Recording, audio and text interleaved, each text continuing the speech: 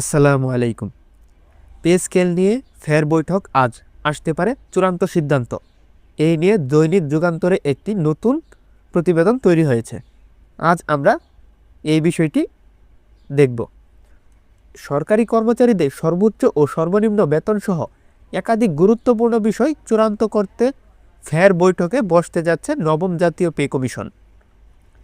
বৃহস্পতিবার 15 জানুয়ারি দুপুর 12টায় সচিবালয়ে মন্ত্রিপরিষদ বিভাগের পুরাতন ভবনে সভাকক্ষে পে স্কেল নিয়ে পূর্ণ কমিশনের এই বৈঠক শুরু হওয়ার কথা রয়েছে। মন্ত্রিপরিষদ বিভাগ সূত্রে জানা গেছে, সর্বোচ্চ ও সর্বনিম্ন বেতন নির্ধারণের পাশাপাশি গ্রেড সংখ্যা, বাড়ি ভাড়া ভাতা, চিকিৎসা ও উৎসব ভাতা, অবসরকালীন সুবিধাসহ অন্যান্য সুযোগ সুবিধা নিয়ে আলোচনা হবে আজকের এই বৈঠকে। কমিশনের সদস্যরা একমত হলে এসব বিষয়ে আজকেই চূড়ান্ত সিদ্ধান্ত আসতে পারে বলে জানা গেছে। সূত্রে জানায়, পে কমিশনের প্রতিবেদনে বাজার চলমান মূল্যস্ফীতি, নিত্যপণ্যের উচ্চ মূল্য, পরিবারের সদস্য সংখ্যা, অবসান ব্যয় ও শিক্ষা ব্যয়কে প্রধান সূচক হিসেবে বিবেচনায় নেওয়া হচ্ছে।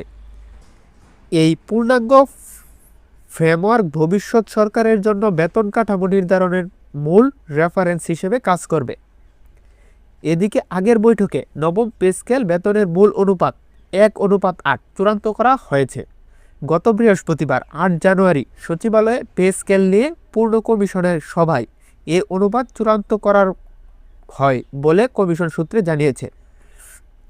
পূর্ণ কমিশনের সভায় উপস্থিত এক সদস্য বলেন, বেতনের অনুপাত নিয়ে 3 ধরনের প্রস্তাব করা হয়েছে: 1:8, 1:10, 1:12।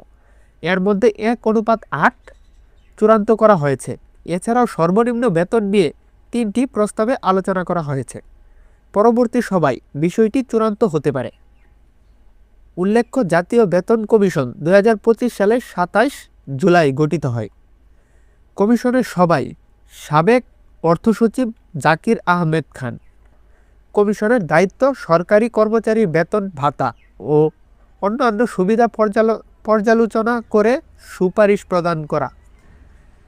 কমিশনের মেয়াদ চলতি বছরের ফেব্রুয়ারি মাসের মধ্যে শেষ হওয়ার কথা, যা জাতীয় নির্বাচনের আগেই প্রায় সমাপ্ত হবে।